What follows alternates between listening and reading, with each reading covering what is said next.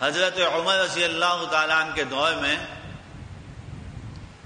ایک گانے گانے والا آدمی تھا، اس نے توبہ کر لی، صلح کر لی، اس کو یوں ہی کہیں صلح، اللہ کے ساتھ صلح کر لی.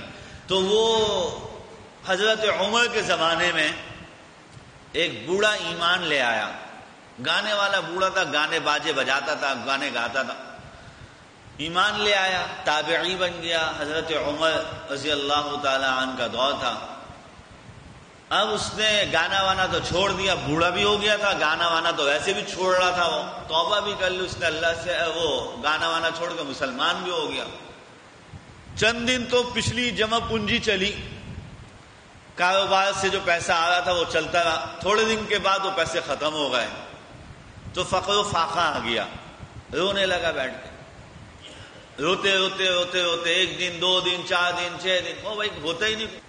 تو وہ پریشان رونے لگا، روتے روتے کئی دن گزر گئے، بس نہیں چلا، بہت تنگ آ کے بالآخر وہ چلا گیا قبرستان.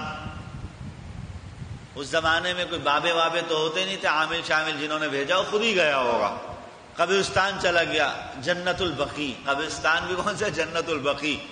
جا کے ایک قبر کے اندر بیٹھ گیا اور کہنے لگا کہ اے اللہ، اس زندگی سے تو موت اچھی ہے، اس زندگی سے تو موت اچھی ہے. اور پھر رونے لگا، روتے روتے خیال آیا کہ مرنے کے لیے تو تیار ہو گیا ہے، اب اللہ سے توبہ بھی کر لے، توبہ بھی کر لے.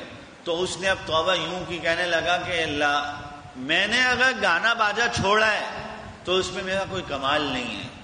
توبہ کے بھی طریقے ہیں نا. دیکھیں ہم ذرا سا کوئی نیک کام کرتے ہیں، یا اللہ آج تہجد پڑھیے، آج تو 1000 نہیں 5000 کا نوٹ ہونا چاہیے، ہم فوراً واسطے.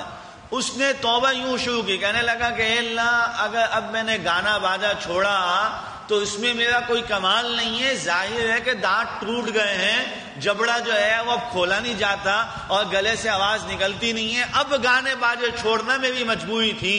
اے اللہ بس آپ، میں نے جو زندگی گندی گزاری ہے، آپ سے درخواست یہ ہے کہ اللہ آپ مجھے معاف فرما دیں، اور یا اللہ آپ میرے کھانے پینے کا انتظام فرمائیں، ورنہ مجھے آپ اپنے پاس بلا لیجئے، میری توبہ کو قبول توبہ صلح، اللہ سے صلح کرنا شروع کر، توبہ کرنا، اے اللہ معاف کر دیجیے، اے اللہ معاف کر دیجیے، اے اللہ مجھے.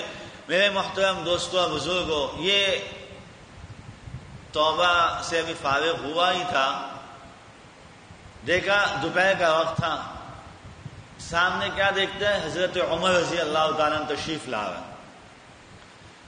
2 مختلف روایتیں. ایک روایت کے مطابق جب اس نے حضرت عمر کو دیکھا تو یہ خوف زدہ ہو گیا، اس نے کہا یہ کیا ہو گیا، کیونکہ حضرت عمر تو پکڑ لیں گے، امیر المؤمنین پکڑ لیں گے، بھائی تجھے قبر کے اندر بیٹھنے کا کیا مطلب ہے، تو کیا کر رہا ہے، یہ قبر میں پکڑا جائے گا. اور دوسری روایت کے مطابق یہ ہے کہ یہ حضرت عمر رضی اللہ تعالی عنہ کو دیکھ کے بھاگا. اس نے کہا ابھی تو میں تو بول رہا تھا اللہ زندگی، یہ اس زندگی سے تو موت اچھی ہے، تو موت آ گئی گویا کہ. حضرت عمر ٹھکائی لگائیں گے، قبر کے اندر کیا کر رہا ہے بیٹھا ہو. یہ بھاگا. حضرت عمر پیچھے یا حضرت عمر نے اس کو کہا بھائی بات تو سنی تھا تو. خیر یہ رکا اس نے جی. حضرت عمر رضی اللہ تعالیٰ نے اس سے پوچھا نہیں، حضرت عمر نے ایک تھیلا اٹھایا ہوا اور وہ اس کے سامنے رکھا اور کہا کہ کھانا لایا ہوں، کھانا کھاؤ. یہ حیران کہ عمر امیر المؤمنین آپ اور میرے لیے کھانا لے کے آئے ایک ادنا سے غلام کے لیے.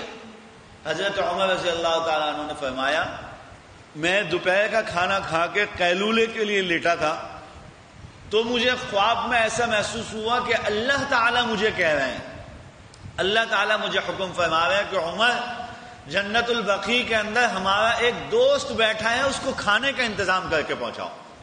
ہمارا ایک دوست بیٹھا ہے. اللہ تعالیٰ جب توبہ کو قبول فرماتے ہیں، ذرا تصور کیجئے، وہ اسباب کا محتاج نہیں ہے، وہ خود بھیج دیتا ہے، خود بھیجتا ہے. کہا عمر ہمارا بقیع کے اندر ایک دوست بیٹھا ہے، اس کو کھانا پہنچاؤ. اس شخص کو حضرت عمر نے کھانا دیا اور پوچھا بتا تو نے آخر ایسا کون سا عمل کیا ہے،